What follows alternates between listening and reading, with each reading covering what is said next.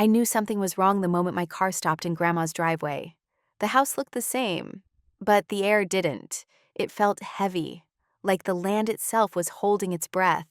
Grandma always said a house remembers everything, every laugh, every argument, every secret buried in its walls. That day, it remembered something I didn't. I stepped onto the porch, my shoes creaking against old wood worn smooth by decades of footsteps. The smell hit me instantly. Lemon polish and cedar. Her smell. She was gone. But the house didn't know that yet. Inside, everything was quiet. Too quiet. No radio humming in the kitchen, no kettle screaming on the stove, no soft singing drifting down the hallway, just silence and waiting. That's when the lawyer cleared his throat behind me. "Zara, we should talk." His voice sounded careful, measured, like he already knew my life was about to split in two. We walked into Grandma's study, the one room nobody ever touched without permission. Sunlight cut through the dust in long, thin beams. The big oak desk sat exactly where she left it. Mr. Dalton opened a folder. "Your grandmother was very specific," he said. "She made changes to her will shortly before her death." My stomach tightened. I expected something small, a keepsake, a sentimental gesture. He looked at me. "She left you everything." I laughed without meaning to. "Everything?" He nodded once.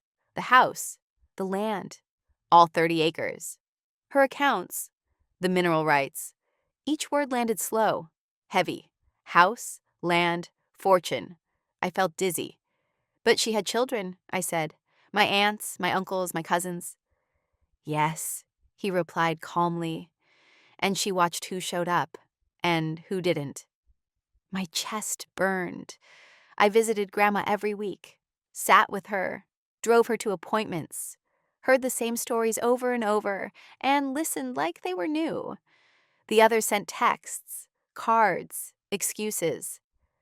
"I didn't ask for this," I whispered. "She wanted you to have it," he said.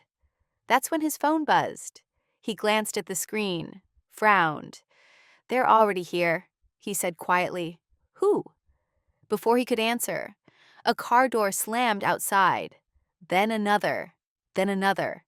Voices followed, loud, sharp, familiar. My heart dropped into my stomach. I looked out the window. Aunt Carla stood on the porch, pointing at the door like she owned it. Uncle Dwayne paced behind her, jaw tight. My cousins hovered nearby, eyes already scanning the property. People who hadn't visited Grandma in years. Now they were here, together, angry and hungry. A fist banged against the door. "Zara!" Aunt Carla shouted. "Open up!" I froze. Mr. Dalton stepped closer. "You don't have to let them in." "I know," I said, but my hand was already shaking. I opened the door just enough to see their faces. Aunt Carla didn't waste a second. "We heard about the will." My breath caught. "You shouldn't know anything yet." "Oh, please," she snapped. "You really think we wouldn't find out?" Uncle Dwayne leaned forward. "This is family business." Brielle crossed her arms, lips curling. "Grandma would never leave everything to you." The way she said you stung. "She did," I replied quietly. Aunt Carla laughed, but there was panic under it. "This is manipulation," she said. "You've been in her ear for years." I felt something snap. "I took care of her," I said. "That's not manipulation." Marcus glanced past me into the house. "Nice place," he muttered. "Worth a lot." That's when Aunt Carla stopped talking. Her eyes locked on something behind me, past the hallway, into the study. Her face drained of color. She whispered, "Oh, God." I turned. The safe behind Grandma's desk was open, the one no one was supposed to know about. My stomach dropped. Aunt Carla stumbled forward. "She found it," she whispered. "Found what?" I asked. Brielle pushed past me, heels clicking sharply against the floor. "What's in the safe?" she demanded. No one goes in there, I said. Aunt Carla laughed softly, too softly. You don't even know what she left you, do you? My chest tightened.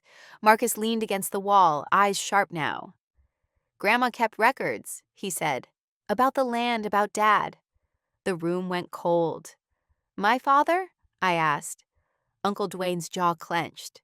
He knew things, he said. Things he shouldn't have. Mr. Dalton stiffened.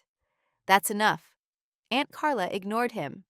Zara, she said slowly, did you see the recordings? My heart slammed. What recordings?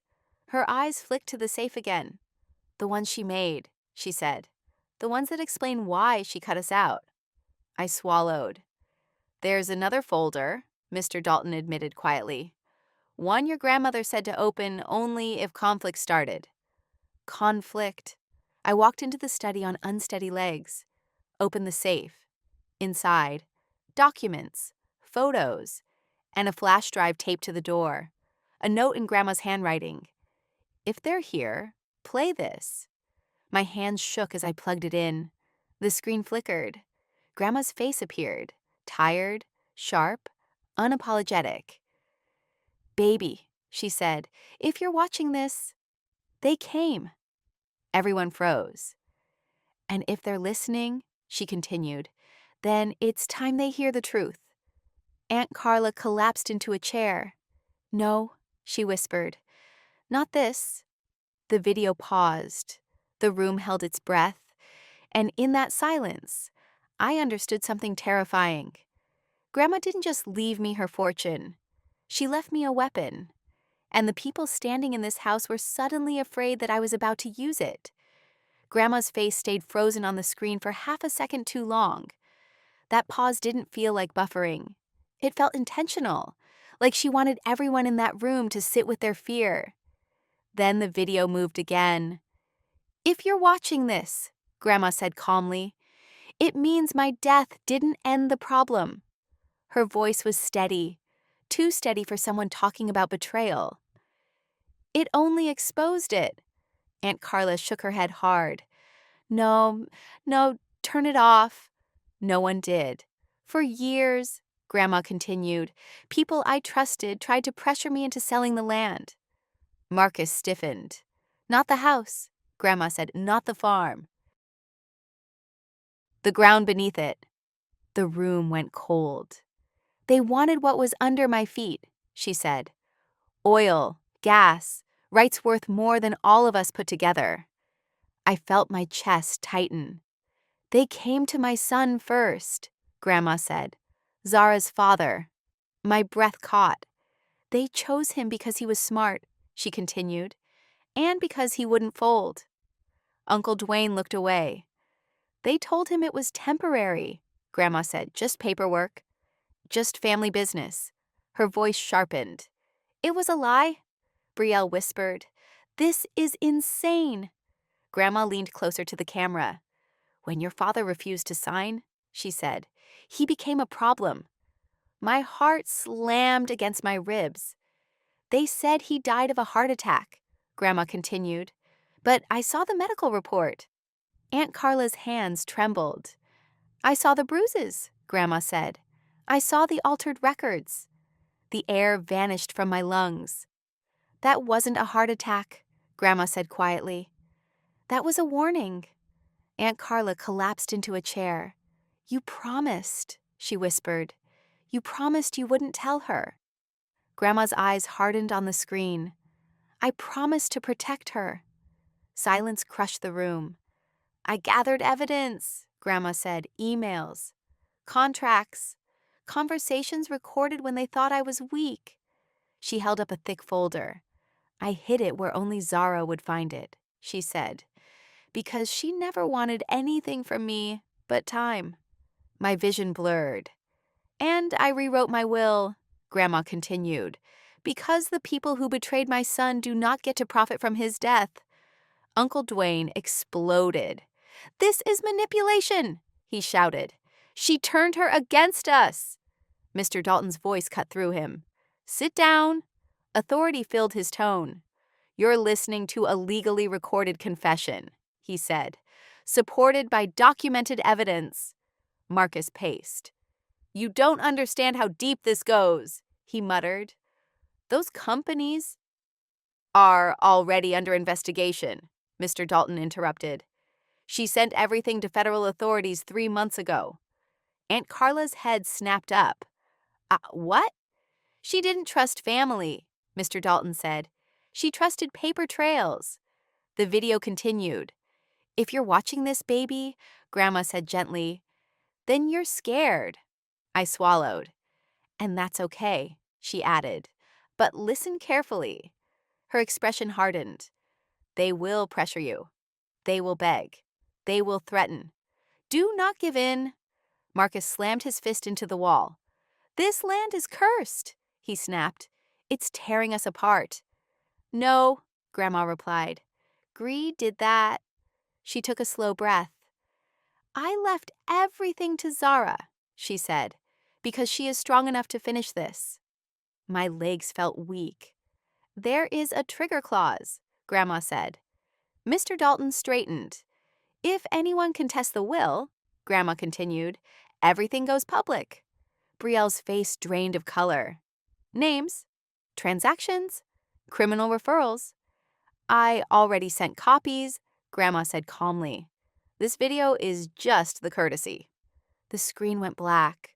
No music, no fade out, just truth. Aunt Carla stared at me. "You have no idea what you're doing," she said hoarsely. "If this goes public, lives will be destroyed." I stood up slowly. "My father's life was destroyed." Marcus stepped closer, voice low. "We can settle this," he said. "You don't need all of it." I laughed quietly. "You mean like you settled with my dad?" Uncle Dwayne raised his hands. "We were protecting the family." "You killed him," I said. The words landed heavy. Brielle snapped. "You can't prove that." Mr. Dalton placed a document on the desk. "Actually," he said, "we can." Aunt Carla broke down sobbing. "We didn't mean for it to go that far," she cried. "It was supposed to scare him." "You scared him to death," I replied. Mr. Dalton looked at me. "Law enforcement is aware," he said, "but what happens next depends on you." Every eye turned toward me. The house, the land, my father's memory, Grandma's trust, all of it pressed down on my chest. Outside, sirens wailed faintly, getting closer. And in that moment, I realized Grandma didn't just leave me the truth. She left me a choice. And whatever I chose next would decide who walked out free and who wouldn't. The sirens outside didn't rush closer. They drifted, faded in and out like they were circling the house instead of coming straight for it. That sound alone was enough to break something inside them. Aunt Carla's sobbing slowed, turning shallow. Uncle Dwayne stared at the floor like it might open and swallow him. Brielle stood frozen, arms wrapped around herself, mascara streaked and forgotten. Marcus was the only one still standing tall, but even he looked smaller now. Mr. Dalton broke the silence. "The authorities already have copies," he said calmly, "but they don't have everything." Marcus's head snapped up. "What do you mean?" I felt a chill run down my spine. "There are additional files," Mr. Dalton continued. "Your grandmother instructed me to hold them unless Zara decided to move forward." Aunt Carla looked up sharply. "Move forward? How?" Mr. Dalton didn't answer her. He looked at me. That's when the weight hit. Not the house, not the land, not the money, the power. I swallowed hard. "There's more evidence?" I asked. "Yes," he said. "Medical records, witness statements, audio files that were never shared." Marcus ran a hand through his hair. "You're playing with fire," he muttered. "You don't know what kind of people are involved." I met his gaze. My father didn't either. That shut him up. Brielle's voice trembled. "So what happens now?" Mr. Dalton answered before I could. Now, he said, Zara decides whether this stays a civil matter or becomes criminal. The room felt like it tilted. Aunt Carla stood slowly, her movements careful. Zara, she said softly, your grandmother was angry. Grief twists people. I shook my head. She wasn't twisted, I said. She was prepared. Marcus scoffed. She turned you into a weapon. I nodded once. She had to. Outside, a car passed on the road, tires crunching on gravel. Everyone flinched. Brielle whispered, if police come here, this becomes real. I looked at her. It's been real since the day my father didn't come home. Mr. Dalton reached into his briefcase and pulled out a sealed envelope. There's one more thing, he said. My heart skipped. This is not for court, he continued. It's for you. I took the envelope with shaking hands. Aunt Carla stared at it like it was a bomb. What is that? She whispered. A letter, Mr. Dalton said, written by your grandmother, in case this moment came. I opened it slowly. Grandma's handwriting filled the page, strong, intentional. I read the first line, and my throat closed. I didn't realize tears were falling until they hit the paper. Marcus noticed. What does it say? He demanded. I looked up. She knew this would happen, I said. She knew you'd try to scare me, or buy me, or corner me. Aunt Carla's face crumpled, and she prepared me anyway. I folded the letter carefully. What did she tell you? Brielle asked. I took a breath. She said the land isn't the inheritance. Everyone went still. She said the inheritance is leverage, I continued. And the moment I give that up, everything she protected dies with it. Uncle Dwayne sank into a chair. You're choosing destruction, he murmured. I shook my head. No, I said. I'm choosing truth. A sharp knock echoed through the house. 3 firm knocks. Official, controlled. Every head snapped toward the door. Brielle gasped. Aunt Carla's knees buckled slightly as she grabbed the table. Mr. Dalton straightened his jacket. That will be them, he said. Marcus turned to me urgently. You still have time, he said. You can stop this. I walked toward the front door. Every step felt heavy, but steady. Time stopped, I said, the day my father died. My hand closed around the doorknob. Cold, solid. Behind me, the house creaked softly, like it was watching. I turned the knob. The door opened. And the people standing on my porch weren't local police. They were federal. And the moment I saw the badges, I knew Grandma's plan had already gone further than any of us realized. 2 people stood on the porch. Not local police, not county deputies. A woman in a dark blazer with a federal badge clipped to her belt. And beside her, a man holding a thick folder stamped with seals I'd only ever seen on the news. The air shifted instantly. Behind me, Aunt Carla sucked in a sharp breath. Uncle Dwayne stiffened. Brielle pressed herself against the wall. Marcus didn't speak. The woman's voice was calm, professional. Zara Collins. Yes, I said. I'm Special Agent Renee Walker, she replied. This is Assistant U.S. Attorney Mark Ellison. Every last trace of denial drained from the room. We're here regarding an ongoing federal investigation, Ellison said, eyes already scanning past me into the house. May we come in? I stepped aside. Yes. That one word shattered whatever hope my relatives still had. They entered slowly, authority following them like a shadow. Not rushed, not aggressive, confident. Agent Walker's eyes moved carefully from face to face. Well, she said quietly, this saves us a lot of time. Marcus stood abruptly. This is a misunderstanding, he said quickly. We were just having a family discussion. Ellison didn't even look at him. You were present at a property named in multiple sworn statements, he said. That's all we need for now. Mr. Dalton stepped forward. Counsel, he said, nodding once. Agent Walker returned the nod. Your grandmother was thorough, she said to me, and very patient. My chest tightened. She didn't trust timing, the agent continued, so she controlled it.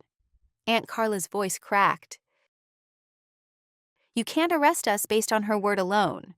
Walker met her eyes. We're not. She opened her folder and laid documents across the table. Bank transfers, shell companies, forged medical records. Each page felt heavier than the last. Ellison turned to Uncle Dwayne. You signed 3 of these, he said calmly. Uncle Dwayne's face went pale. I don't remember. Memory isn't required, Ellison replied. Brielle's breathing turned shallow. This isn't real, she whispered. Agent Walker's voice softened, but not enough to be kind. We're not here to argue intent, she said. We're here to establish responsibility. Marcus clenched his fists. You don't know what happens if this goes public, he snapped at me. This doesn't end clean. I met his eyes. It didn't start clean. Agent Walker turned back to me. There's something else your grandmother asked us to deliver personally. She reached into her bag and handed me a sealed envelope. This was to be opened if family members attempted to pressure you. Aunt Carla let out a broken sound. Please, she whispered. She's gone. Let it end. I looked at her. It didn't end for my father. I opened the envelope. Inside was a notarized addendum to the will. Ellison leaned closer. It establishes a permanent land trust, he explained. The property cannot be sold. My breath caught. All profits fund legal aid for families harmed by corporate exploitation, he continued. Agent Walker nodded. She turned the land into a shield, she said, and a weapon. Marcus stared at the document. She planned this, he whispered. Yes, I said. She did. Agent Walker closed her folder. We're not making arrests today, she said, but subpoenas are coming. Aunt Carla collapsed into a chair. Brielle slid down the wall, hands over her mouth. Uncle Dwayne stared at the floor. Marcus looked at me one last time. You could have chosen peace, he said. I shook my head. No, I replied. I chose truth. The agents turned and walked out. As the door closed behind them, sunlight spilled into the room, bright and unforgiving. The house felt lighter. But I knew something else now. The legal fight was only beginning, and the people who thought they'd lost everything were about to learn. Grandma still had one final move left, one that would freeze them far worse than any badge ever could. The door closed behind the agents with a soft click. Not a slam, not drama, just finality. For a moment, no one breathed. The house didn't feel tense anymore. It felt exposed, like the truth had ripped the walls open and left everything standing in plain sight. Aunt Carla was the first to move. She sank into a chair slowly, like her legs no longer trusted her. Her shoulders collapsed inward, the sharpness gone. Uncle Dwayne stood near the window, staring outside at the driveway. The same driveway he'd walked up earlier, like he owned it. Now he couldn't even look at it. Brielle sat on the floor, back against the wall, hands shaking in her lap. Her eyes were unfocused, stuck somewhere between denial and dread. Marcus was still standing, but the confidence was gone. He looked at the papers on the table, at the envelope in my hand, at me. You think this is over, he said quietly. I didn't answer, because I knew better. Mr. Dalton gathered his files with calm, deliberate movements. The investigation will move fast now, he said. Once subpoenas go out, cooperation becomes important. Aunt Carla laughed weakly.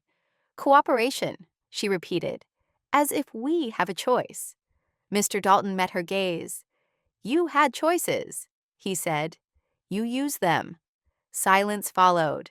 Then Marcus stepped closer to me. His voice dropped. Zara, he said, you don't understand what you just triggered. I looked at him. Enlighten me. He hesitated. Companies don't like being exposed, he said. People with money don't forgive easily. I nodded. My father didn't forgive either, I said.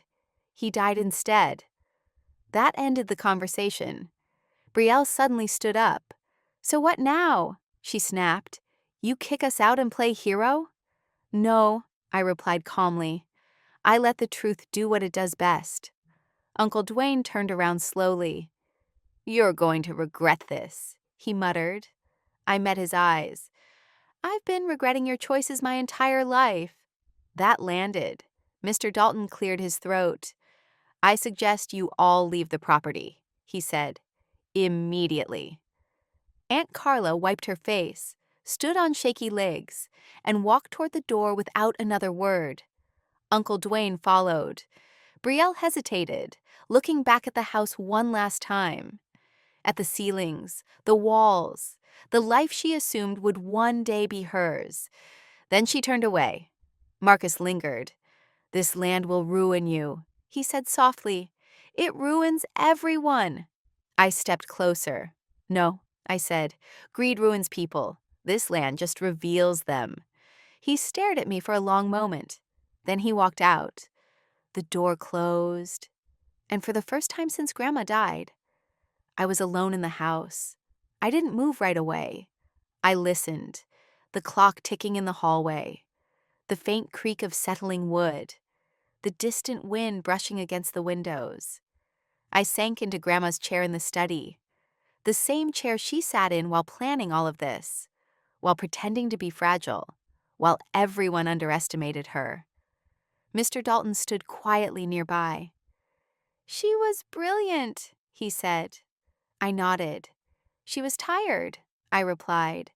Tired of watching powerful people win. He placed one final folder on the desk. This will be public soon, he said. When it is, things will move fast. I exhaled slowly. Let them, I said.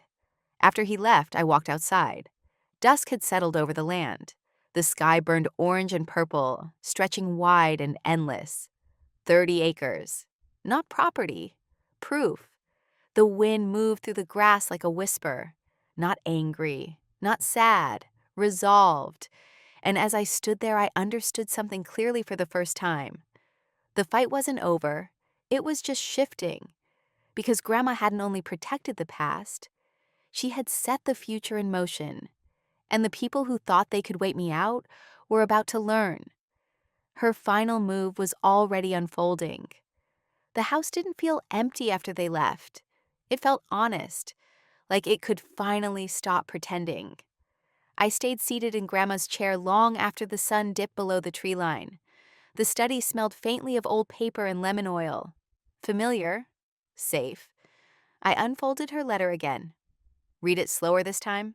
Not as a warning, but as a goodbye. They will try to make you feel small, she wrote. Don't let them. This land has survived greed before. So have you. My throat tightened. Outside, the wind rolled through the fields, low and steady, like a breath drawn from deep in the earth. I stepped onto the porch and watched the last light fade. 30 acres of truth, 30 acres of consequences. Within days, the calls started. First, the polite ones, law firms asking for clarity, executives offering solutions, people who never knew my name suddenly pronouncing it carefully. I didn't answer. Then the news broke. Headlines ran my father's name for the first time in years, not as a footnote, not as an accident, as a story. Investigations widened. Shell companies unraveled. Emails surfaced. Deals collapsed. People with power learned something they hated. Paper remembers. The trust finalized by spring. The land couldn't be sold, couldn't be pressured, couldn't be stripped and buried again. Legal aid offices opened in 3 counties. Staffed, funded, protected. Families like mine finally had lawyers who wouldn't flinch. And my relatives? Some cooperated. Some disappeared into silence. Some still call late at night, letting the phone ring once, twice, then hanging up. I never answer. I stayed, fixed the porch boards Grandma hated, restored the quilt she stitched by hand, planted tomatoes where she used to hum off key, laughing at herself. Some evenings, I sit on the steps and listen to the cicadas, to the wind, to the land breathing beneath my feet.